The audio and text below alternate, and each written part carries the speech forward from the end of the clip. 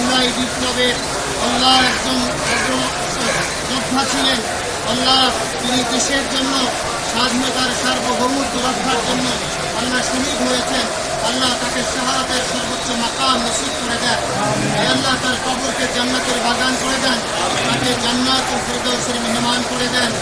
আয় আল্লাহ তাআলা খাস করে তিনবারের সফল প্রধানমন্ত্রী, দেশনেত্রী, বিএনপির চেয়ারপারসন এবং খালেদা জিয়ার নেক হায়াত দারাজ করে দেন।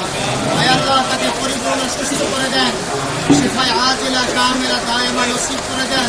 আয় আল্লাহ তাআলা আমাদের বর্তমান বিএনপি যিনি ভারপ্রাপ্ত চেয়ারম্যান জনাব তারেক রহমানের নেক হায়াত দারাজ করে দেন।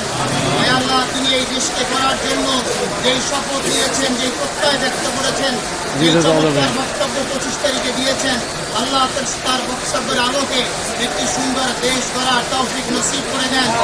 আয় আল্লাহ তাআলা আল্লাহ স্বাধীনতার সার্বভৌমত্ব রক্ষার জন্য জনাব তারেক রহমানের সাথে আমরা ঐক্যবদ্ধ হয়ে কাঁধে কাঁধ মিলিয়ে একটি সুন্দর দেশ করতে পারি, সেই তৌফিক নসিব করে দেন। আয় আল্লাহ তাআলা এই কবরস্থানে এখানে যারা শায়িত আছেন কবি নজরুল সহ আল্লাহ তাদের সকলের কবর আযাব মাফ করে দেন, তাদের সকলকে কবুল করে নেন। আয় আল্লাহ তাআলা বেগম খালেদা জিয়াকে আল্লাহ আপনি পরিপূর্ণ সুস্থ করে দেন। আল্লাহ তিনি স্বাধীনতার জন্য, স্বাধীনতার সার্বভৌমত্ব রক্ষার জন্য আল্লাহ অনেক ত্যাগ স্বীকার করেছেন। আয় আল্লাহ তাআলা আপনি তাকে পরিপূর্ণ সুস্থ করে দেন।